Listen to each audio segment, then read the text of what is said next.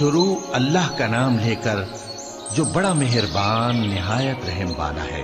الف لام را، یہ کتاب روشن کی آیتیں ہیں۔ ہم نے اس قرآن کو عربی میں نازل کیا ہے تاکہ تم لوگ سمجھ سکو۔ اے پیغمبر، ہم اس قرآن کے ذریعے سے جو ہم نے تمہاری طرف بھیجا ہے تمہیں ایک نہایت اچھا قصہ سناتے ہیں، اور تم اس سے پہلے بے خبر تھے۔ جب یوسف نے اپنے والد سے کہا کہ ابا، میں نے خواب میں 11 ستاروں اور سورج اور چاند کو دیکھا ہے، دیکھتا کیا ہوں کہ وہ مجھے سجدہ کر رہی ہیں۔ انہوں نے کہا کہ بیٹا، اپنے خواب کا ذکر اپنے بھائیوں سے نہ کرنا، نہیں تو وہ تمہارے حق میں کوئی چال چلیں گے۔ کچھ شک نہیں کہ شیطان انسان کا کھلا دشمن ہے، اور اسی طرح اللہ تمہیں برگزیدہ و ممتاز کرے گا اور خواب کی باتوں کی تعبیر کا علم سکھائے گا، اور جس طرح اس نے اپنی نعمت پہلے تمہارے دادا پر دادا ابراہیم اور اسحاق پر پوری کی تھی، اسی طرح تم پر اور اولاد یعقوب پر پوری کرے گا۔ بے شک تمہارا پروردگار سب کچھ جاننے والا ہے، حکمت والا ہے۔ ہاں، یوسف اور ان کے بھائیوں کے قصے میں پوچھنے والوں کے لیے بہت سی نشانیاں ہیں۔ جب انہوں نے آپس میں تذکرہ کیا کہ یوسف اور اس کا بھائی ابا کو ہم سے زیادہ پیارے ہیں، حالانکہ ہم جماعت کی جماعت ہیں، کچھ شک نہیں کہ ابا کھلی غلطی پر ہیں۔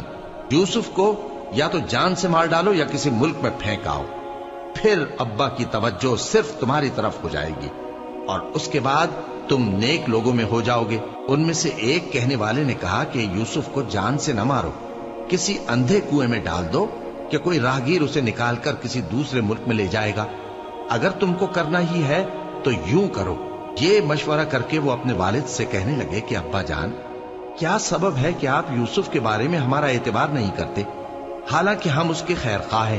کل اسے ہمارے ساتھ بھیج دیجئے کہ خوب میوے کھائے اور کھیلے کودے، ہم اس کے نگہبان ہیں۔ انہوں نے کہا کہ یہ امر مجھے غمناک کیے دیتا ہے کہ تم اسے لے جاؤ، یعنی وہ مجھ سے جدا ہو جائے، اور مجھے یہ بھی خوف ہے کہ تم کھیل میں اس سے غافل ہو جاؤ اور اسے بھیڑیا کھا جائے۔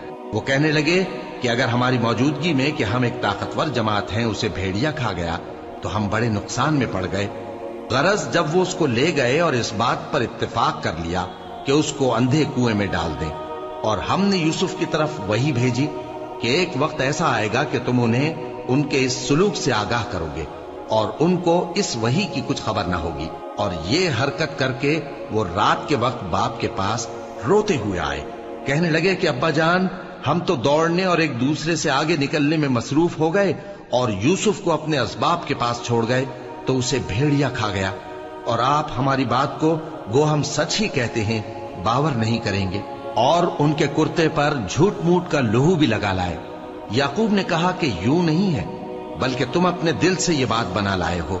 اچھا، صبر کہ وہی خوب ہے، اور جو تم بیان کرتے ہو اس کے بارے میں اللہ ہی سے مدد چاہیے۔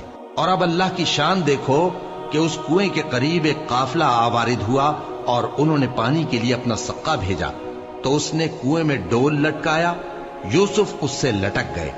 وہ بولا، زہے قسمت، یہ تو ایک لڑکا ہے، اور اس کو قیمتی سرمایہ سمجھ کر چھپا لیا۔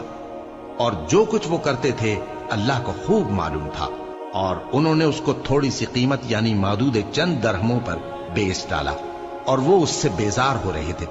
اور مصر میں جس شخص نے اس کو خریدا اس نے اپنی بیوی سے، جس کا نام زلیخا تھا، کہا کہ اس کو عزت و اکرام سے رکھو، عجب نہیں کہ یہ ہمیں فائدہ دے یا ہم اسے بیٹا بنا لیں۔ اس طرح ہم نے یوسف کو سرزمین مصر میں جگہ دی، اور غرض یہ تھی کہ ہم ان کو خواب کی باتوں کی تعبیر سکھائیں۔ اور اللہ اپنے کام پر غالب ہے، لیکن اکثر لوگ نہیں جانتے۔ اور جب وہ اپنی جوانی کو پہنچے تو ہم نے ان کو دانائی اور علم عطا کیا، اور نیکوکاروں کو ہم اسی طرح بدلہ دیا کرتے ہیں۔ اور جس عورت کے گھر میں وہ رہتے تھے اس نے ان کو اپنی طرف مائل کرنا چاہا، اور دروازے بند کر کے کہنے لگی، یوسف جلدی آؤ۔ انہوں نے کہا کہ اللہ پناہ میں رکھے، وہ یعنی تمہارے میاں تو میرے آقا ہیں، انہوں نے مجھے اچھی طرح سے رکھا ہے، میں ایسا ظلم نہیں کر سکتا، بے شک ظالم لوگ فلاح نہیں پائیں گے۔ اور اس عورت نے ان کا قصد کیا اور انہوں نے اس کا قصد کیا۔ اگر وہ اپنے پروردگار کی نشانی نہ دیکھتے تو جو ہوتا سو ہوتا۔ یوں اس لیے کیا گیا کہ ہم ان سے برائی اور بے حیائی کو روک دیں، بے شک وہ ہمارے چنے ہوئے بندوں میں سے تھے۔